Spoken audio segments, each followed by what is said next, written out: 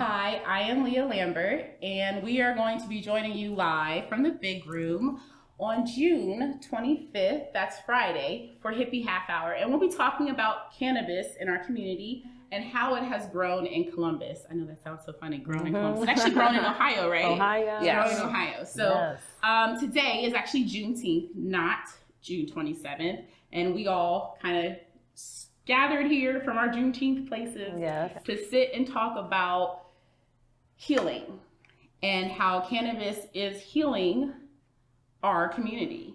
And we want to discuss how cannabis can heal you. If you have questions about how to do that legally, I'm sure we all do. Things have changed. We can actually partake in cannabis legally in Ohio now. I do. So it is a medication, and you do have to see a doctor to get that. And then you do have to go to a dispensary and see a care specialist? Patient care specialist to pick up your products or your medications. So, which is both, because you might need devices in which to use your medications. So we're going to talk about all that and more right now. But at first, I'm going to introduce Candace, who will introduce Dr. Bridget so that you can understand more who we're sitting with. I am just a patient who is bringing these ladies to you to tell you a little more. Yeah, so hi everyone, I'm Candace. I am a patient care specialist, better known as a bud tender. This is what people really call it, or a dispenser technician. And I'm here to answer any questions that patients are asking in Ohio. And then you brought us. Yes, we also have Dr. Bridget here with me to discuss from a doctor's perspective, the other side of the med program. It's a medical program. It's not a recreational state. So we have to have cannabis doctors here. So Dr. Bridget, can you tell us more about what you do? Sure. So my name is Dr. Bridget Williams. I am traditionally a family physician for nearly 20 years. Most of that time spent at the Cleveland Clinic. And I grew frustrated probably a little bit too early on with the lack of focus, I believe, on the patient. And my patients were frustrated as well. For every patient and every diagnosis, there's a pill. You don't like a pill, you get another pill, right? Or a side effect. Or a side effect to go along with it, right? And a patient literally about 15 years ago started mentioning cannabis to me. And I'm a Reagan kid. And so, You're like, Nancy said no. Nancy said no. And, there was the egg frying in the pan. This is your, right. This is your brain. And in college, you were like, let me do the egg test. And you were like, Nancy was right. Have all the mercy. But maybe you didn't have the right eggs in the right pan. Exactly. Right? So, so I had a patient bring it up. She breast cancer survivor, just diagnosed diabetic, extreme stress, family, everything that could go crazy was going crazy. Wow. She mentions cannabis. Like I said, I'm a Reagan kid, so I'm like, well, I don't know about that. But it was a time where I was getting a lot of requests for holistic options. Cinnamon for diabetes and turmeric and all these things. And so I would always look things up and give my medical opinion because people wanted to feel safe, but they wanted to know opinions, right? Well, I mean, I can't just start taking cinnamon and turmeric and stop taking the pill you told me to take there tomorrow. But people do. Yes. So it's, it's an opportunity to discuss it. And so when this one patient mentioned cannabis, I was like, oh, okay, I'll look it up, thinking there's nothing there. Wow. Blown away by, this is even 15 years ago, the information and the research and what was going on in other countries. And this was something that was never even brought to my attention. And so I said, okay, there's only so much I could really do at that time, right? But I followed her in her journey. I was researching like crazy. I was helping her with titration and scheduling, and she was losing weight. She was sleeping better. Her blood sugars were getting better. And so I was definitely hooked at that point, right? And so fast forward 15 years, we're in, Ohio creates a program. And I got a job with a card company that said you don't need to know anything, fast money, and I was like, no. You're like, get rich quick scheme. Right? I was like, hold on. It's like, yeah, something doesn't feel more right. Details, just a couple more. Yeah. Who is my boss? Yeah, it did not feel right. So I got certified as a cannabis educator. as well as being certified to, recommend cannabis. And I also realized what was really important during that period of time was the time I spent getting to know those patients. And so I became a life coach as well, and I opened my own offices. So amazing. It was amazing. So I have a similar story. So I was going through a divorce. And it was a lot. I also was going through a transition with losing a job and getting a new job, but then deciding to work for myself. And it was also overwhelming at the same time being a parent to a neurodivergent child. So it was a lot. And I did not have a card. And then I later went to see a doctor who was like, yeah, so you have anxiety, but more so right now you have PTSD. And that is also temporary. Like you can work through that. Not every person can work through that. But there is ways to work through it with therapy. But right now, you might want a medication. So, gave me the process to go through to get my card to help, because I had a son who was on prescription medication. I went and cut out all my animal fats, reduced my sugars. I lost 100 pounds. Wow. So when you sit here and talk about really what these things do, it took me about 3 years. You look amazing. And I'm this is 4 years ago that this happened. And it took time, and it wasn't overnight and it wasn't instant. But I started to understand how I was healing myself. Yes. But I now want to consider going forward, I may want to have another addition to my family, and I may not want to continue to have smoke, or even vape from a vapor in my system. So it became a thing where I wasn't just ordering online or going in and buying things. I started talking to people and learning things from this beautiful person over here. And so Candace, can you tell us a little bit about what you enjoy the most about working with patients, and then some of the products that you think really are unexpected, medications that people don't always think to go to. I know that, for instance, I am really enjoying what is it, a new tincture thing, but it's the nano drops. They're so these things are if you guys ever remember the Mios. The squeeze. That you put in water is literally infused Mio. Okay. Yes. They are amazing. You can, they go best in seltzer water. So they say they get to the bloodstream better with bubbles. So some seltzer water first, but then secondly water, not juice. It's a little gross in juice, too much syrup. There's something about sugars and syrup and metabolizing, right? There's really, the other thing is outside of me talking about mental, there's physical pain and there's, mental pain that you're really dealing with these two pains that you're treating with these medications. And so we talk about sugars and metabolization, and we talk about, is it, are you trying to deliver it to a part of your body? Are you trying to deliver it to your mind, to your bloodstream? Yeah, and that's what I actually have to add. I think that's what's different about cannabis, because it's you're treating, it's the only thing that really, not only, but one of the only plant medicines that gets to so many levels. It's mental, emotional, spiritual, So if physical. my first day, I'm coming in, I pull out my license, and actually I used to show y'all on my phone, but your spot is so hot. It was no, you're we printed her a card, okay? Card, yes, we laminated it, and if you have to get pulled over and have to deal with some situations, you show will be able to show this thing right here. You don't have to worry about your phone being dead. Right. Yes, we do. Okay, so I say, I am now trying to not vape or smoke anywhere. I just stopped smoking cigarettes. I stopped smoking cigarettes. Good for you. I love that. It's been a year and a half. Good for you. That's a lot. I'm not trying to blow myself up. I'm trying to let people know what it, it's doable. It's hard. It's doable. No, and yes. So how do you tell me what products would you try me now? We got Banano.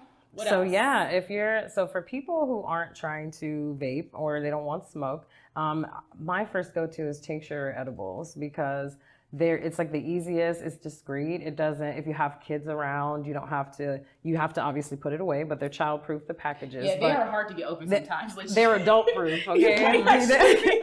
Because most time I can't get it tell people take it out and put it in something else, because you can't even get it. I definitely do that. And there's definitely some little sweet old patients that come in and they have been like, how the hell do you open this thing? Yeah. Like, can you, and it's crazy because like we can't even open them for people. Yeah. They have to just No, we've had people show up at the office. like, but that is the essence of child-proof packaging. It's good for them. It is difficult for adults. And that's the point, but I think it's good because if you have kids in your home, it's proofed. If you don't, then you can go ahead and open it, put it in something else. Kids can manage. I think it's the adults.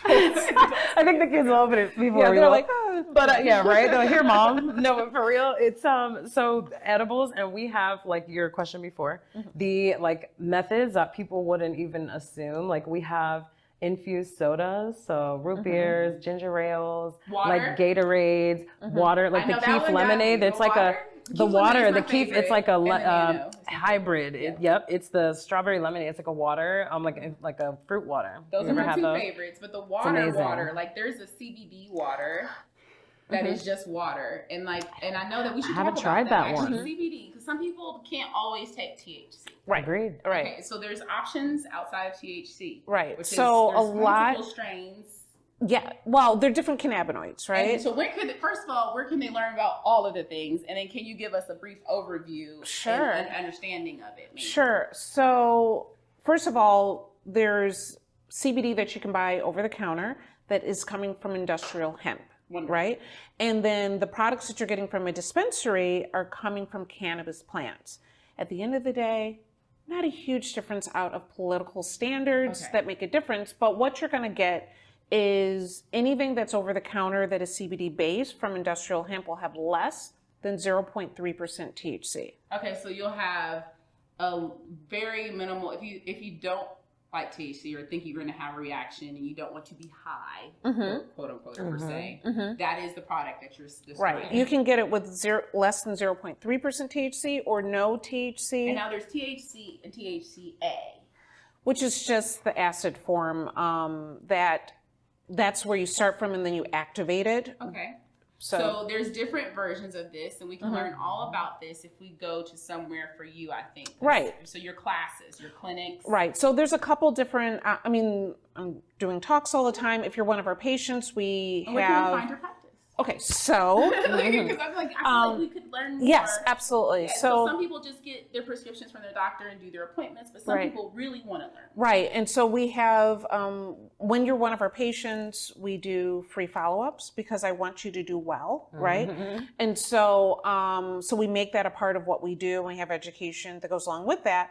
But let's say you want to be at home. Well, you could do that on Zoom as well, but I'm a part of Cannabis Hub, which is an online education platform, which has little short bite-sized videos, so you're not sitting for hours. So TikTok for stoners. A little bit. And then that's powered by the Cleveland School of Cannabis, which is also, how I know Candace. Right, and that's what I was going to say, because Candace, you're actually outside of your job. You're very active. So where would we learn more? Because I know that's one of the things we talked about. I was like, hey, this RSO thing, I'm so confused. Right. There's this little lady from the Philippines doing a YouTube video, and it's like the only thing I can find on RSO that's on YouTube. I'm like, please explain. That's weird. Oh my God. So patients, definitely with deep pains and cancer patients of different kinds come in, and we have RSO in syringes, or you can get it in capsules. But so the syringes now, I have patients who have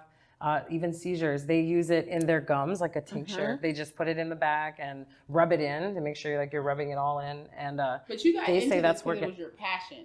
Yes. That's what you see. Every time you talk about patients, you just said my elderly patients. I love them. Patients. You keep talking about your patients you're the doctor over I know. I just love that they come in so people can request me. People come in and request you if they. All this? It had to be something. That's a long one. So I'm trying to make it small, to make the story small. We want to know what's most important to you, about cannabis. Okay, so I am from Columbus, but at 18 years old, right, I moved to the Virgin Islands, so St. Thomas to be exact, and there they live a different way. So I was seeing cannabis on a whole new level. People medicate with it as medicine. It's not just to get high. You see people, pregnant women. You see everyone.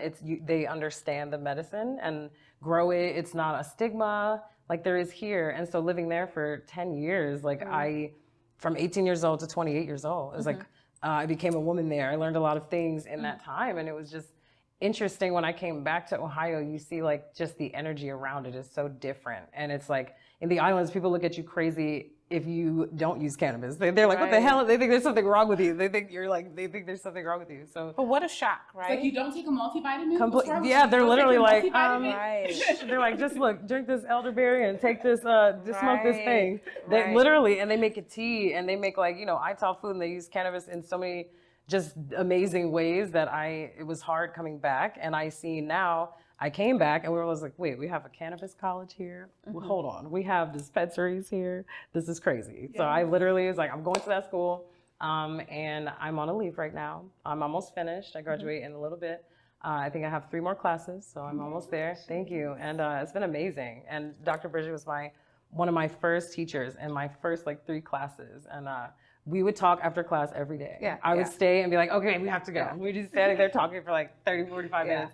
And that's how we just started. She hit me up and we just talked about, you know, resume and all these things and how to work together. And so here we are. And I work for also the nonprofit that So I started a nonprofit in 2019 and Candace came on board. She's one of our staff and does a lot of our outreach. And so it's called, the formal name is GHH Community Foundation, Growth, Harmony, and Happiness Community Foundation.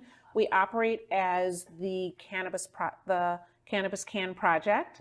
And we are cannabis businesses, CBD supporters, like everyone that really, all of the above. And so what we do is work to support the community that supports us. None of us have jobs without the patients. And 100%. Because we've got to explain to people that the more they support this system, the more that honestly the revenue will go into medical healthcare for the state. Yes. The more that we drive this medical arm, the more we increase the revenue in this medical arm, the more we will continue to get coverage for it. And let me just say, I feel like we deserve, Ohio patients deserve better. Let me say it like that. I just feel like there's such a weird thing around like certain jobs and just the way you're treated as a medical patient. It's just so stressful because there's, it's such a transition. I will say as a patient, it is a transition to go from it being not legal in the United States, like you said, where you were living it, where I wouldn't even call it recreational, it just was free. It was just, it's really decriminalized and they don't look for it to harass you. They don't try to arrest you about it. They just, they're like, whatever. But when you don't have that, when you have a situation where it's available and you can get it, but then there's a systematic oppression if you do acquire it, that is very challenging. So to be free from that feels amazing. It does, and then to come back and to be able to like be sunshiny and go shopping, like I shop for my shoes and my jacket, and I just go get my medicine. It's just one of your errands. It's great, and then to know that honestly, it's not even that expensive. No, there are to be honest, it could be a little better, everywhere. Yes, and I mean, I'm not saying it couldn't be affordable. No, but you're right. Prescriptions that would be great. Yes, but it is an option. There are discounts everywhere. Every time, all the time. You can find a sale. Can get it and you can make sure that you're helping yourself and that you're helping heal your community by being a voice to say, hey, it is a challenge. It's not as chill as hanging out on your friend's couch. Right. But it is a in and out process. You don't have to, I mean, there was a line sometimes, but it's not a long, complicated it's process. pretty easy. Yeah. Well, I think the benefit though is from going from street to the dispensary is that everything that you could possibly think of is outlined for you. Yes. So now you're not just choosing what your friend gave you, and who knows what that is. Well, that's the thing is, I mean, not to go too long, but I have a discernible palate. My dad's a chef, so I can smell things and I can taste them like that. So the terpenes for you can just smell and tell. Yes, I love that. Any kind of I love terpenes so hard. Anything citrus, you love it. Is because that is what my doctors. And then when I started talking to him, he's like, "Yes, you need to smoke sativa." Lemonade, all the lemonade, right. So like really understanding like that, my body knew what my body wanted. Right, exactly. But that's an important point that you're making. Made my brain happy when I smelled. Right, your body knows. Right, and we're taught to not pay attention to that. We're taught to take this prescription, to just listen to ignore what they tell the you. bad feeling. And if I smell the stink, it would be like, okay, ignore it, keep going. I'll take it. But like, I would like something that smells like effervescent and there you go. And we're taught to ignore all those signals. I even would like use the medication. I could just smell it and know. Yeah. So absolutely. And then we're in the space where you ignore the signals and you just take it anyhow, and you feel like crud, but you feel better. And I'm not anti-pharmaceutical, like by no means at all, right? But I think once you learn to tap into what your body's telling you, whether it's thirst or hunger, or like you said, my brain needs to be lifted a little bit, or you're paying attention to your actual pain and what does that really feel like? And you can go into a dispensary and get more CBN because your sleep is horrible, or get more limonene. It's actually opening the options. Because if we can get, it's not really away from pharmaceuticals. If we can get pharmaceuticals to include us more, to be more inclusive for cannabis. That's it's really about allowing other options in. So. Well, my fear is that the pharmaceutical company will do some of this, but they're going to go synthetic. I've had conversations with pharmaceutical companies already.